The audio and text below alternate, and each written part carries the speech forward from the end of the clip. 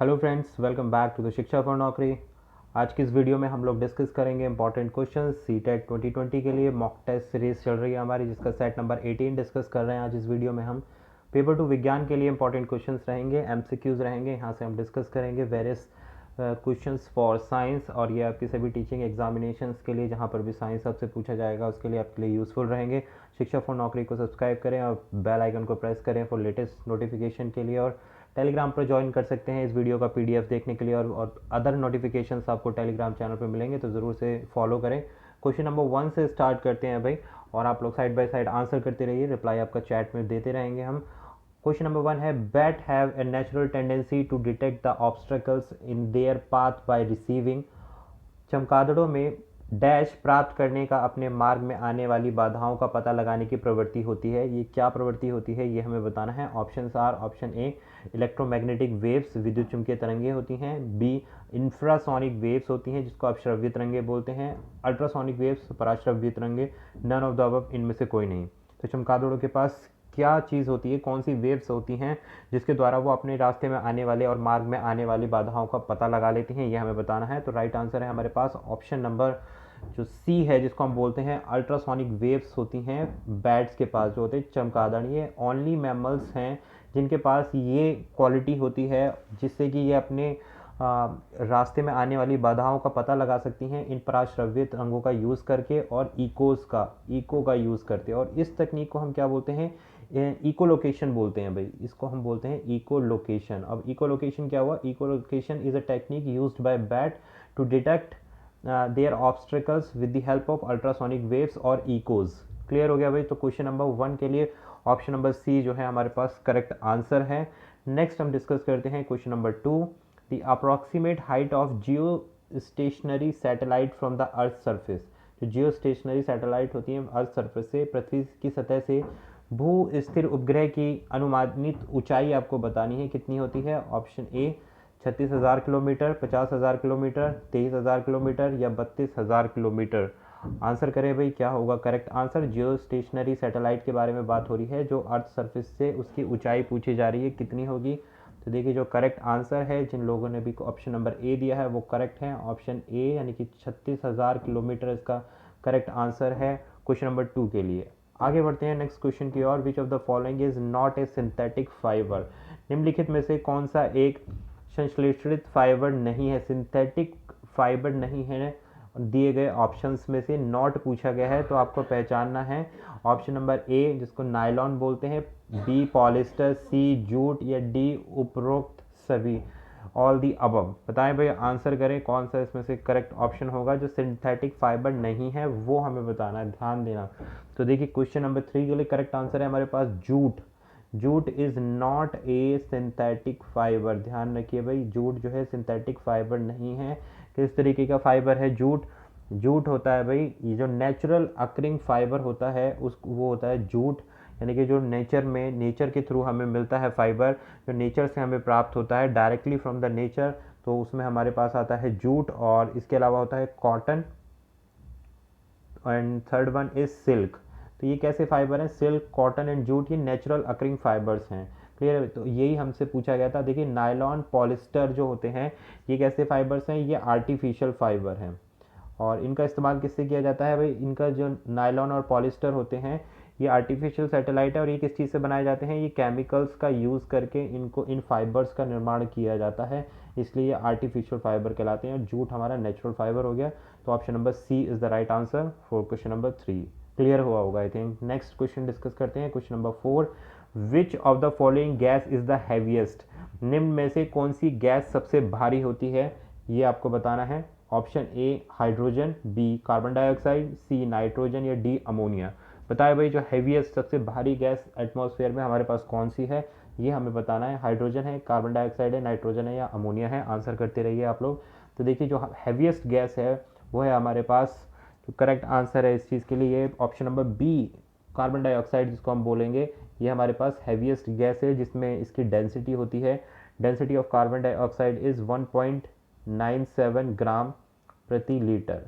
ठीक है भाई, 1.97 ग्राम प्रति लीटर सबसे भारी गैस एटमॉस्फेयर में ये हमारे पास प्रेजेंट है। तो 20 क्वेश्चन के लिए करेक्ट आंसर है।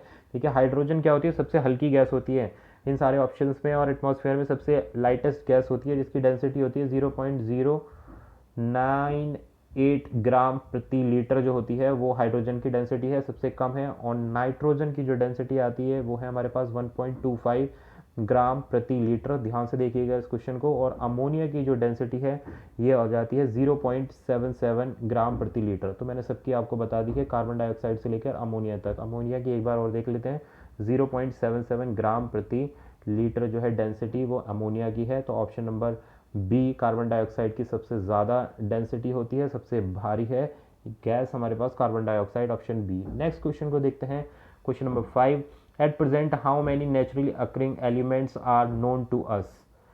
वर्तमान में हमें प्राकृतिक रूप से पाए जाने वाले कितने तत्व ज्ञात हैं, ये हमें बताना है। ऑप्शन नंबर ए 90, बी 100, सी 118 या डी 98। बताएं भाई, आंसर कीजिए। बहुत अच्छा क्वेश्चन है क्योंकि इसको दो तरीके से डाइवर्ट किया जा सकता है इस क्वेश्चन को। नेचुरली अकरिंग एलिमेंट्स पूछा है हमसे, टोटल एलिमेंट की बात करता तो हमारे पास टोटल एलिमेंट कितने हैं, 118 हमारे पास टोटल एलिमेंट है। तो कई बार स्टूडेंट जो है यहाँ पर ऑप्शन सी को टिक कराते हैं और ये हो जाता है क्वेश्चन हमारा गलत। क्यों, क्योंकि यहाँ क्या पूछा गया, नेचुरली अकरिंग एलिमेंट्स जो हमें पता है टोटल है हमारे पास 118, और जिसमें से नेचुरली अकरिंग एलिमेंट्स हैं वो है हमारे पास 98।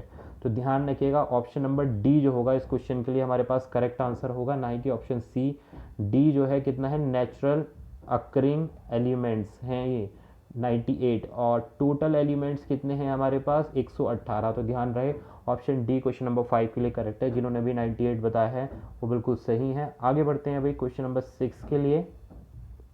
Mildness of shaving cream is enriched by which one of the following. Shaving cream की कोमलता निम्न में से किसके द्वारा है। जो शेविंग क्रीम यूज़ करते हैं उसमें जो कोमलता यानी सॉफ्टनेस होती है वो किस चीज़ के द्वारा होती है, ये इस क्वेश्चन में बताना है हमें। Option number A sodium chloride, B sodium iodide, sodium silicate या सोडियम सल्फेट। आंसर करते रहें भाई, साइड बाय साइड चैट में हम रिप्लाई कर रहे हैं आप लोगों को। आप अपनी प्रोग्रेस को इस तरीके से एसेस कर सकते हैं इन मॉक टेस्ट के थ्रू और प्रैक्टिस कर सकते हैं।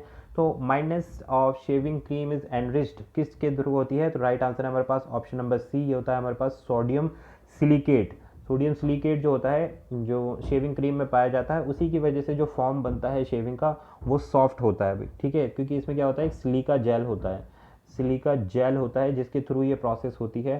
तो ऑप्शन नंबर सी करेक्ट है। जिन लोगों ने भी सी आंसर दिया बिल्कुल सही है क्वेश्चन नंबर 6 के लिए। आगे बढ़ते हैं, क्वेश्चन नंबर 7 आ गया है हमारा। The term PVC used in plastic industry stand for. जो पीवीसी की फुल फॉर्म बतानी है जो प्लास्टिक इंडस्ट्री में यूज़ की जाती है, प्लास्टिक उद्योगों में पीवीसी शब्द का उपयोग डैश के लिए किया जाता है। Option number A phosphovinyl chloride, B phosphor benadite chloride या सी पॉलीवाइनल क्लोराइड या डी पॉलीवाइनल कार्बोनेट। आंसर करें भाई, पीवीसी की फुल फॉर्म पूछी गई है, सभी को पता होगा, कई बार इंपॉर्टेंट क्वेश्चन है, लेकिन इसके बारे में कुछ डिटेल को डिस्कस करेंगे आंसर देखने के बाद।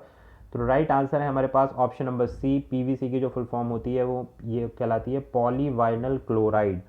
क्लियर है भाई। और ये क्या है भाई, थर्ड मोस्ट वाइडली प्रोवाइड जो सिंथेटिक प्लास्टिक पॉलीमर है वो पीवीसी कहलाता है। कौन सा है ये third most widely used synthetic plastic जो होता है ये हमारे पास पीवीसी है, फुल फॉर्म है पॉलीवाइनल क्लोराइड, ठीक है भाई। आफ्टर पॉलीथीन के बाद में जो होता है वो यही यूज़ किया जाता है। और देखिए पीवीसी को दो पार्ट में भी डिवाइड किया जाता है, दो तरीके से होती हैं, एक होती है रिजिड जिसको हम बोलते हैं हार्ड पीवीसी, और दूसरी होती है हमारे पास फ्लेक्सिबल। तो इसको दो तरीके से भी इस्तेमाल करते हैं। क्लासिफिकेशन है इसका, रिजिड यानी कि हार्ड पीवीसी, हार्ड जो प्लास्टिक होती है, और हमारे पास फ्लेक्सिबल प्लास्टिक होती है। तो सी इसका हमारे पास करेक्ट ऑप्शन हो गया। नेक्स्ट क्वेश्चन को डिस्कस करते हैं, क्वेश्चन नंबर 8, बहुत ही इंटरेस्टिंग क्वेश्चन आपके सामने है। Copper is extracted from cuprite और विच इज। कॉपर को कॉपराइट अस से निकाला जाता है जो एक डैश है। ऑप्शन ए सल्फाइड ओर है, कार्बोनेट अयस्क है, या सी ऑक्साइड अयस्क है, या डी हैलिडाइड अयस्क है। बताइए भाई, कॉपर जो क्यूप्राइट ओर से निकाला जाता है क्या है ये हमें बताना है, कौन सा अयस्क है कौन सा ओर है, आंसर करना है। तो राइट आंसर है मेरे पास क्वेश्चन नंबर 8 के लिए that is option number C, ये है ऑक्साइड ओर। ये ऑक्साइड का एक ओर है, ऑप्शन सी बिल्कुल करेक्ट है। तो क्यूप्राइट का जो फॉर्मूला होता है भाई, ये होता है हमारे पास Cu2O, ध्यान रखना Cu2O, ये क्यूप्राइट का केमिकल फॉर्मूला है। और ये बहुत माइनर ओर है, मेजर ओर नहीं है भाई, ये माइनर ओर है, बहुत कम क्वांटिटी में मिलता है ये ओर, माइनर ओर ऑफ कॉपर, ठीक है। और इसका जो कलर होता है वो होता है रेड, रेड कलर में होता है, डार्क रेड में भी हो सकता है ये डार्क रेड में भी मौजूद हो सकता है, ब्राउन में भी हो सकता है, और इसी से इसकी पहचान की जाती है, यानी कि रूबी कॉपर और रेड कॉपर भी इसका दूसरा नाम है। तो राइट आंसर है हमारे पास जो ये ऑक्साइड एस का ही एक और है, तो ऑप्शन नंबर सी जो है करेक्ट आंसर है क्वेश्चन नंबर 8 के लिए। नेक्स्ट डिस्कस करते हैं question number 9। Satellite are stable in space because, उपग्रह अंतरिक्ष में स्थिर रहते हैं क्योंकि, ऑप्शन ए, इन्हें रिमोट कंट्रोल द्वारा कक्षा में स्थापित किया गया है, बी, इन्हें रेट्रो रॉकेट द्वारा कक्षा में स्थापित किया गया है, सी, गुरुत्वाकर्षण बल के कारण, या लास्ट ऑप्शन, कक्षा की परिक्रमा करने हेतु किसी ऊर्जा की आवश्यकता नहीं होती। बताएं बस, जो सैटेलाइट घूमती हैं अंतरिक्ष में वो किसकी वजह से स्टेबल रहती हैं, स्थिर रहती हैं।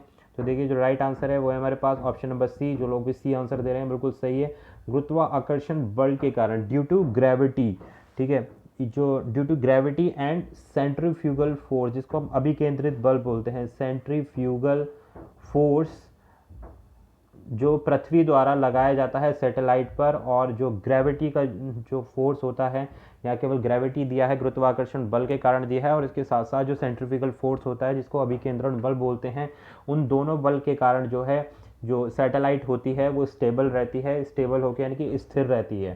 तो जिन लोगों ने भी सी आंसर किया है क्वेश्चन नंबर 9 के लिए बिल्कुल सही है।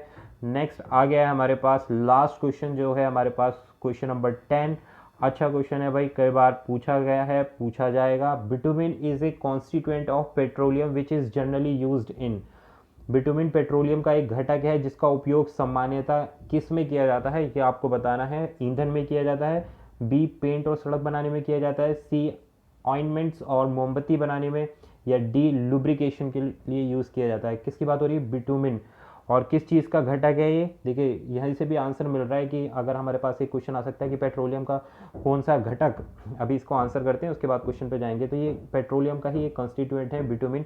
पेट्रोलियम जब निकलता है तो उसमें से एक बाई प्रोडक्ट निकलता है बिटुमिन, तो उसका इस्तेमाल कहाँ किया जाता है। तो ऑप्शन नंबर बी, जो लोग भी बी आंसर कर रहे हैं बिल्कुल सही है, पेंट और सड़क बनाने में बिटुमिन का इस्तेमाल किया जाता है, और उसका दूसरा नाम जो है वो है एसफॉल्ट, जो है इसका दूसरा नाम कहलाता है भाई, ठीक है। और ये क्या होता है, हाईली विस्कस होता है, यानी कि इसकी जो श्यानता होती है वो बहुत ज़्यादा होती है।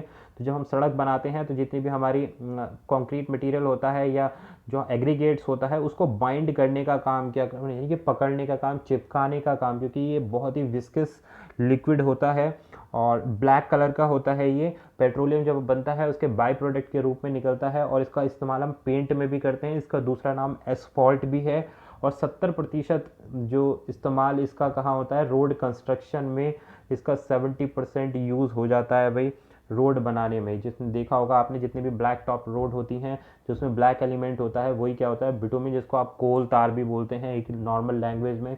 तो इसका इस्तेमाल हमारा पेंट और सड़क बनाने में दोनों में किया जाता है, ठीक है।